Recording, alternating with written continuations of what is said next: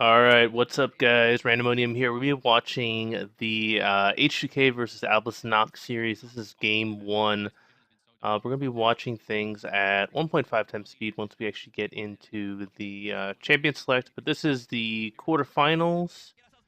And yeah, I would say that H2K is definitely the favorite to win this one. But I mean, Albus Nox played fantastic in group stage. So very curious to see how they compare to H2K, who actually came on like a really huge hot streak. They looked really kind of just average for most of the split, most of the playoffs, and even like the first part of the Worlds. But then like second week Worlds, they just showed up fantastic.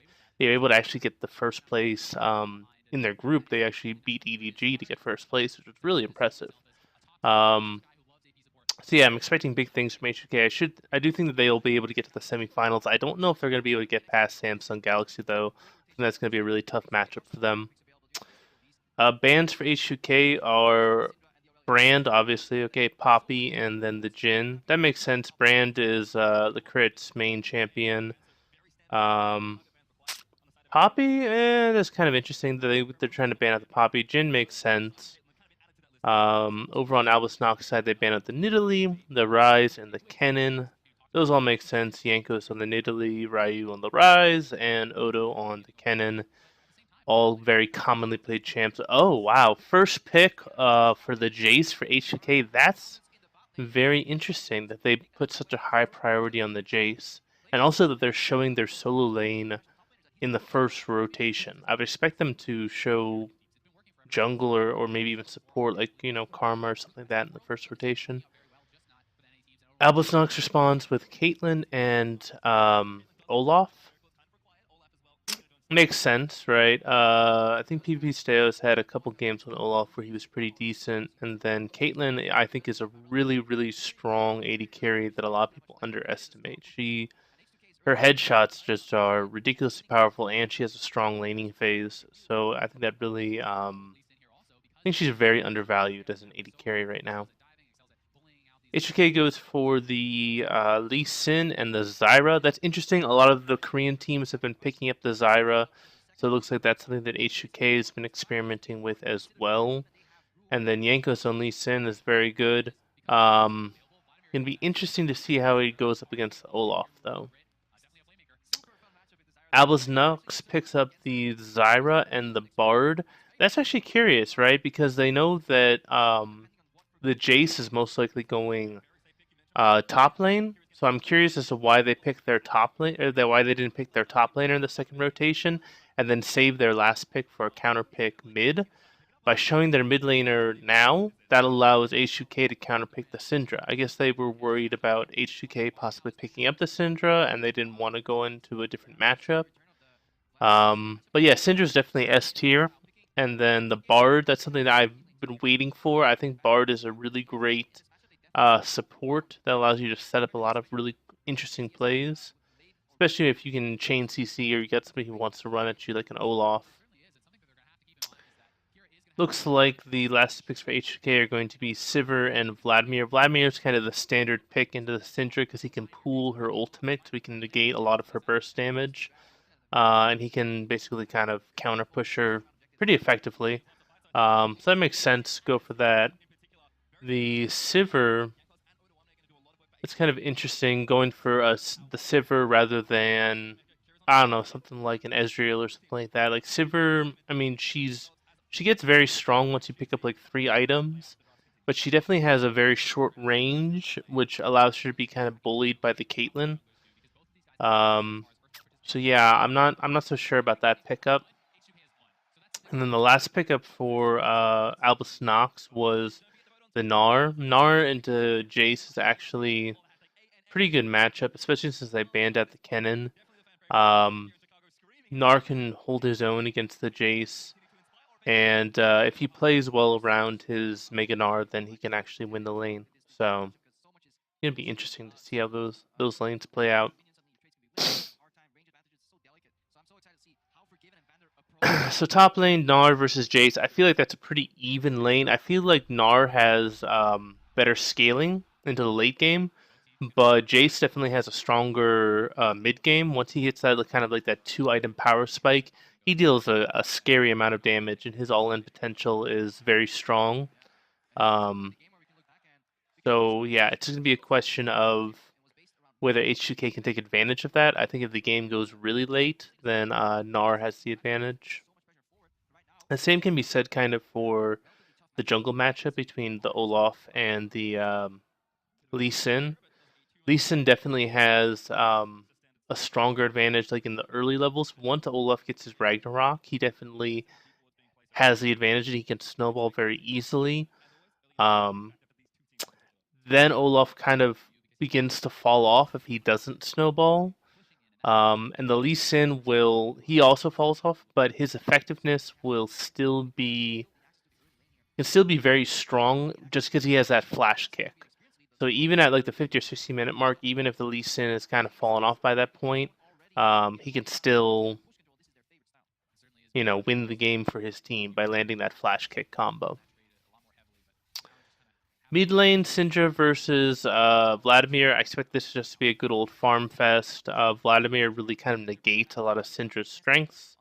And then Vladimir can actually get really, really strong in the late game.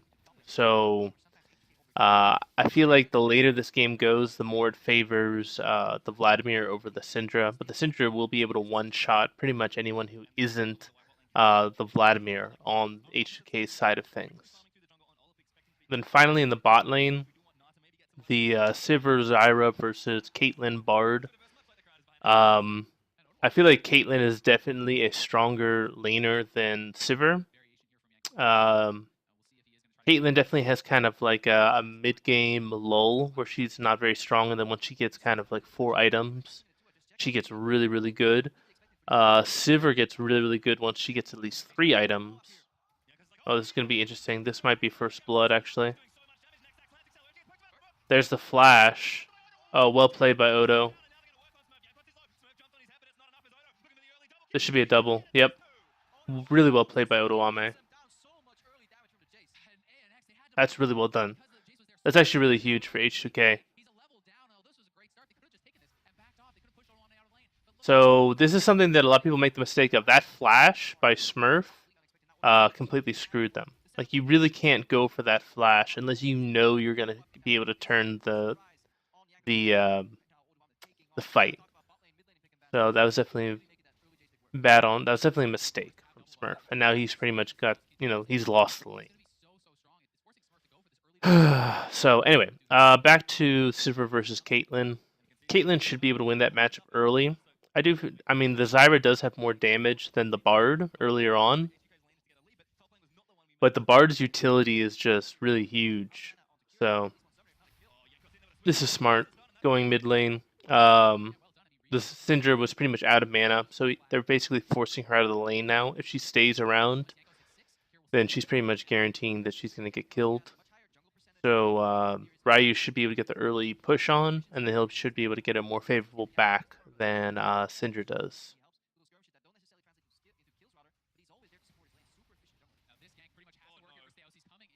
This is a really huge mistake. Like, if I was Albus Nox, I would be completely ignoring top lane right now. Top lane is dead in my mind. Yeah, see, look at that. He was able to 1v1 him under the tower. Top lane is gone. You just ignore top lane if you're PvP Steos. You literally ignore top lane. You try to get your other lanes fed because the Jace is already 3-0. There's no coming back from that. If the Lee Sin shows up when you gank, that's another double kill for them. You cannot win the 2v2. So the only way that you can gank top lane is if you know that Lee Sin is on the bottom side of the map. It's so much safer to go for mid lane or to go for bot lane and try and get them snowballing instead. Just leave Smurf alone. Hopefully he can farm and just avoid the skill shots from the Jace, but you pretty much have a guaranteed losing lane right now.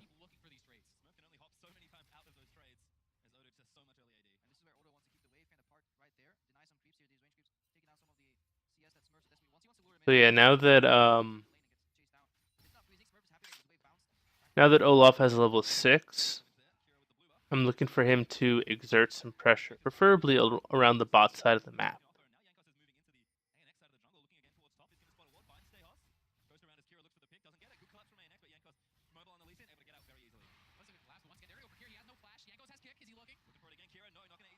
That was a bit ambitious. Oh, what the hell is that? What was the crit doing? I guess he was trying to do a roam mid, but there's no reason to go mid, right? Because your jungler's up by his red buff.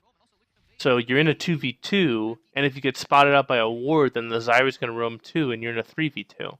Or you put your AD carry in a bad position where they get zoned off the wave completely, and they really can't do anything. So yeah, that was another mistake from Albus Nox.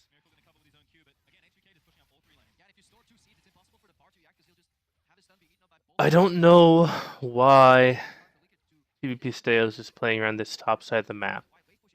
I mean, the Sivir Zyra is continuously pushing up.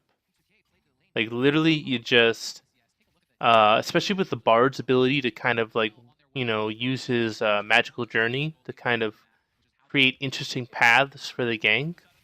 I don't know why they're not going bot lane.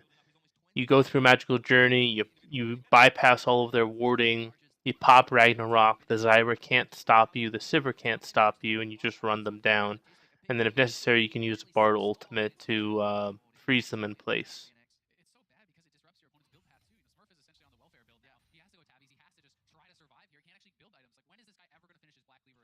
Yeah, see, this is good. This is exactly what you want to do.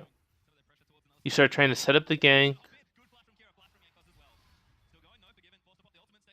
See, that was not the setup that you want, right? You want to lead with the Bard ult, right? You either lead with the Bard ult or you lead with a Magical Journey once they're pushed up. Then, when they try to, retreat, or when they try to layer their CC, that's when you lay down the Ragnarok. That Ragnarok was very premature, and it's a very easy disengage for Forgiven.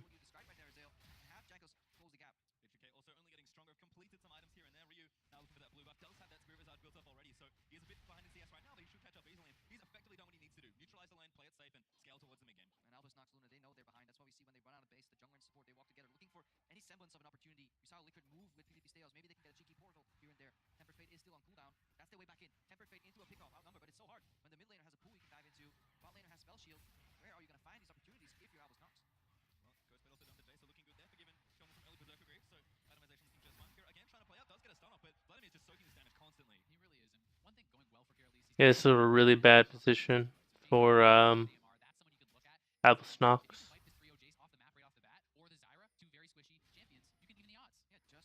So, if you're H2K, this is good. Good spell shield by Forgiven. So if you're H2K, all you do is you just keep the pressure on top lane. You force Smurf to burn his TP to get back to lane, or otherwise he loses the top tower. And then once you have TP advantage, then you create a play bot side, and you know that Smurf can't answer. So he's just gonna keep forcing him out of lane until he has to burn TP to get back to lane.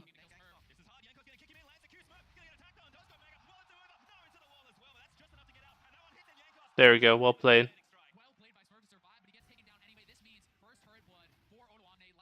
So that was a little bit of a mistake because that's going to give the Drake over to Albus Nox.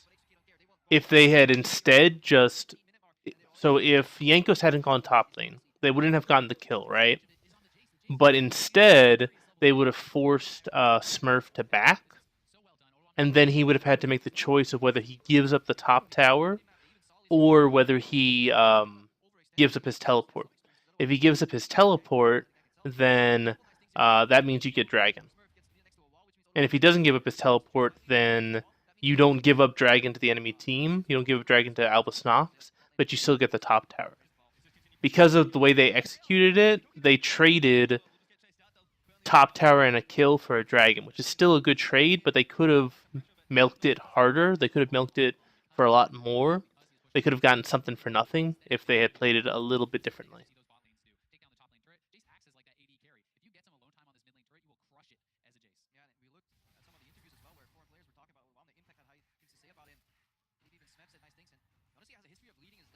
Because I mean, what's the real point of killing the Gnar. He's already 0-3, right? I mean, he's going to be worth less and less gold. You get diminishing returns on that. You know that you're already at the tower. But there's no point for either jungler to go top lane. You just play around the bot side of the map. You've already got, one winning lane. That's an interesting play by Albus Nox. I don't think that they're gonna survive. Yeah, this one's just snowballing out of control.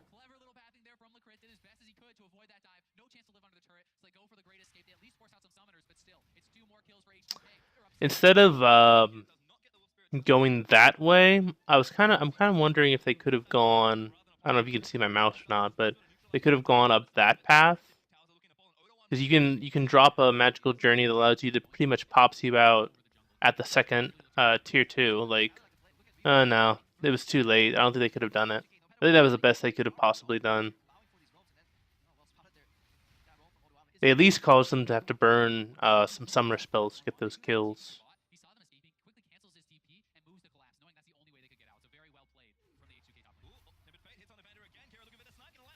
Misses the stun.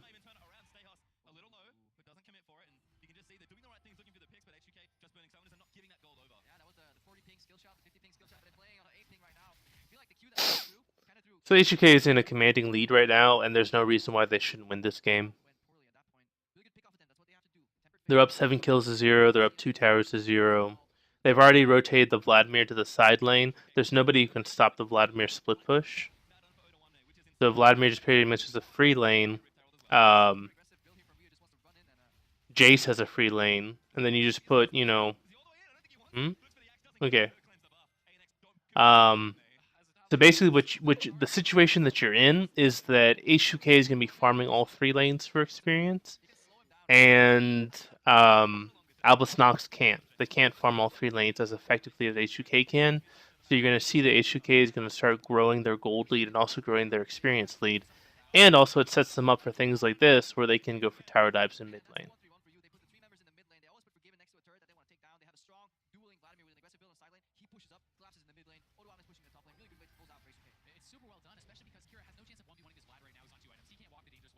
Oh, this is actually good for them. He already used his flash.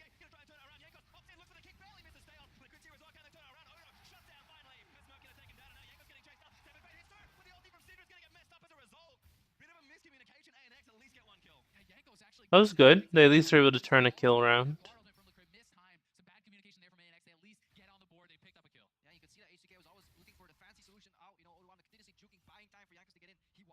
I think that flash was a little premature. Yeah, that flash was a little... If he had saved that flash, he might have been able to jump over the wall there, but I guess he just wasn't able to juke that axe. Like, that's really the thing, is that once you get hit by one axe, you're just kind of screwed. So it's better to flash if you need to avoid the axe than to get hit by the axe. But ideally, you want to just dodge the axe, then flash the wall. Ooh. Good kick. Good kick from Jankos. So now when you're in this type of situation, the game is nearly lost. Like, if you take down 3 towers before the enemy team takes out any, it's near impossible for them to push up. Unless you do something really stupid, like you try to like tower dive the enemy team, all you have to do is just play safe and just slowly chip down the towers, and then eventually you'll get the inner towers, and then once you get the inner towers, there's no coming back from that. There's no coming back if you're down like 5 or 6 towers.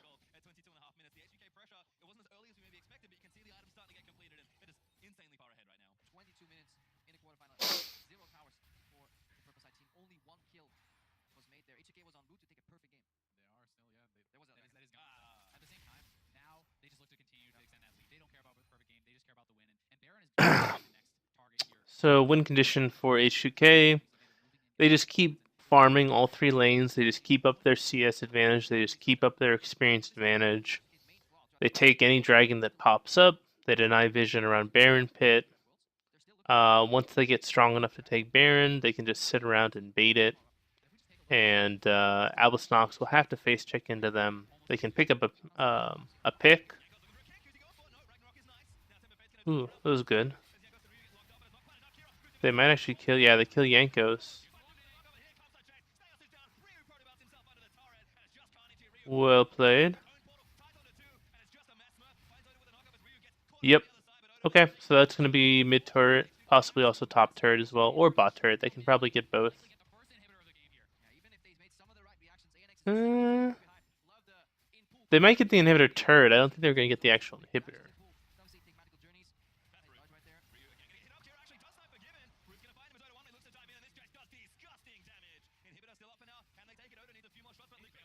Yeah. It. Hmm.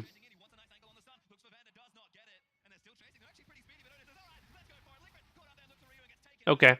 That was well done. I don't know. I think they made the right call. I think they probably should have backed off a little bit sooner, like not gone for the inhib, just go for the inhibitor turret, and they probably could have actually gone to top lane and gotten the top inner turret or the bot inner turret instead of trying to go for that inhibitor. I know that that inhibitor is juicy and you want that inhibitor, but I mean, even I could tell that they didn't have enough time to get the inhibitor, and they actually gave up. Forgiven ended up dying because they stuck around. So you can see the vision that H2K is setting up. They've got pretty much they've got all of the red side jungle for Albus Nox warded up. They've got their Jace in bot lane because they're trying to play around the Baron now. So Jace has got teleport. The Gnar does not. So they pretty much have a free push in bot lane. And if anyone goes to try and challenge Odo, then that means that H2K can start the Baron. That was a huge mistake. All right, so that completely destroys the play that they were trying to set up, which was going for the Baron. Okay, now they equalize it. So if the jungler dies while you're trying to set up that play, where you have your top laner baiting around the bot lane, ooh, well done, quadra kill. You have to keep your jungler alive. If your jungler dies, you can't go for that Baron play anymore. You can go for inhibitor plays, but the Baron plays off the table, which is why you see that H2K is going towards the inhibitors. They're also going towards the inhibitors because they killed 4 people.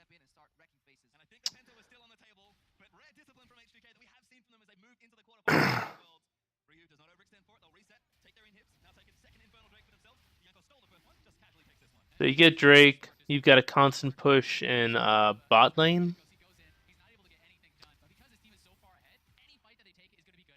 So now,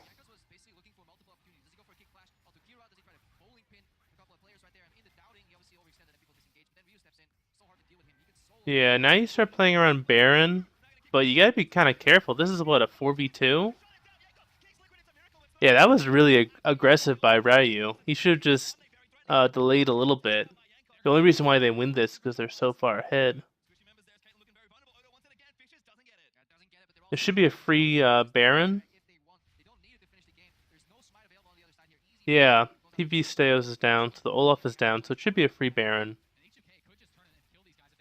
And I don't think that they can stop them. Holy cow, did he just steal that? How? How do you let that happen? You're a freaking Lee Sin. If you're Lee Sin, you've got your Q with Smite. Like, that'll outdamage pretty much anything on the Baron. Here, let me slow this down.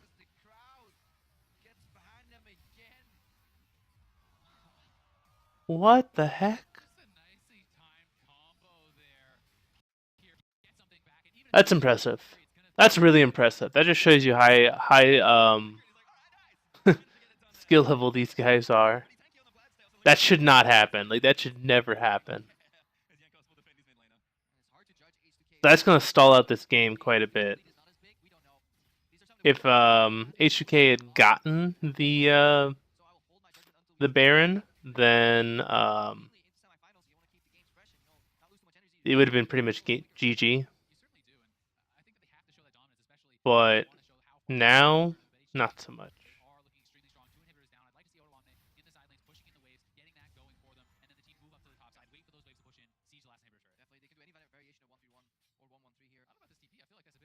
Hmm.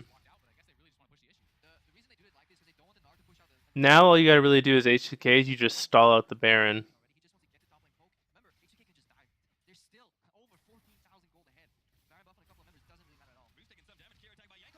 Good kick. My God, he's beefy.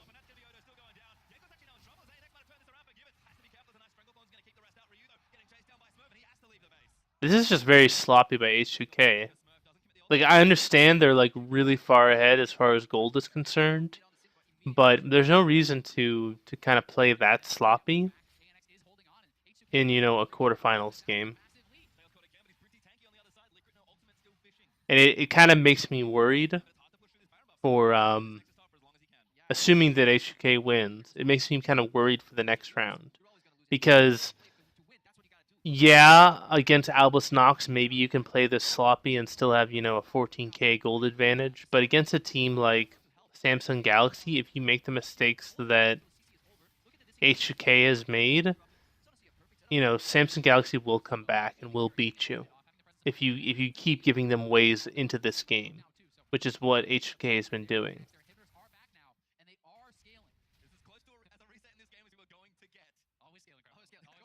Infernal's in a minute, less than a minute now, about 35 seconds. That's the next objective you play around. You just push up your lanes, you start controlling vision. I don't see them clearing out vision, which is the next thing they have to do.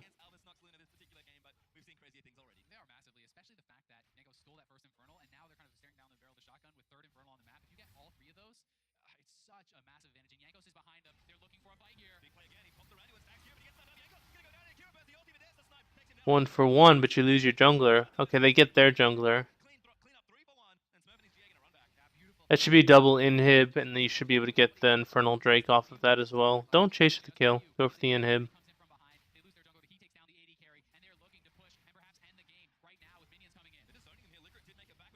Oh, wow. Okay, yeah, that actually might be game. Yep.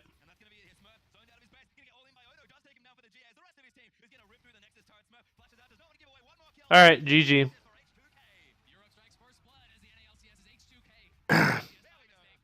So yeah, H2K just snowballed the lead. Albus Nox made a ton of mistakes, but H2K kind of looked sloppy in the way that they were kind of closing out the game. So I'm hoping that happened because they just kind of like, meh, we're 14,000 up. We don't really need to play that cleanly. But against a smaller lead, if they'd only had like a 6k gold lead, that type of play would have possibly lost them the game against like a good team like SKT or Samsung Galaxy. So yeah, definitely a good win from H2K. Like fantastic early game, but definitely quite a few mistakes in the mid and late game. So anyway, hope you guys enjoyed that. If you did, please give it a thumbs up. If you like the content on the channel, please subscribe. And if you have any questions or comments, definitely leave one below. I'll be happy to have a discussion with you guys or answer any questions that you have. Hope you all have a great day. This is Randomonium signing off.